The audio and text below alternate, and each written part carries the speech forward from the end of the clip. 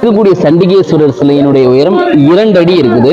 இது ஒரு ஒழுங்கற்ற அமைப்பு. பின்பக்கத்துல ஒரு ஒழுங்கற்ற அமைப்புல ஒரு கல்லுல எடுத்து செஞ்சிருக்கிறாங்க. பின்பக்கத்துல கல்வெட்டுகள் எதுவும் கிடையாது. இங்க இருக்கக்கூடிய சுவாமியினுடைய தலையில் இருக்கக்கூடிய இந்த அமைப்புக்கு பேரு ஜடாபாரம் அப்படின்னு இருக்கக்கூடியதை சொல்றாங்க.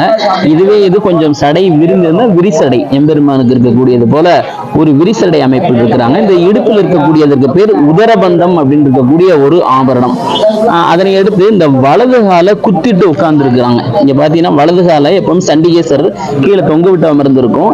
இந்த குத்திட்டு உட்கார்ந்து இருக்கக்கூடிய அமைப்புக்கு பெயர் தான் ராஜலீலாசனம் அப்படின்னு இருக்கக்கூடிய ஒரு பெயர். இது ரொம்ப ஒரு அரிதான ஒரு அமைப்பு, பரவலா பார்க்க முடியும், ஒரு அரிதான அமைப்பில் இருக்கக்கூடிய ஒரு ஆசனம். அதனை எடுத்து இங்க இருக்கக்கூடிய ஆபரணங்களுக்கு பேர் புஜ வளையங்கள்னு பேர். இங்க பாருங்க, புஜ வளையங்கள்னு சொல்லுவாங்க. இந்த புஜ வளையங்களோடு இருக்குது. அந்த இடது கைய தொடையில ஊனி இருக்கிறாங்க. இது ஊரு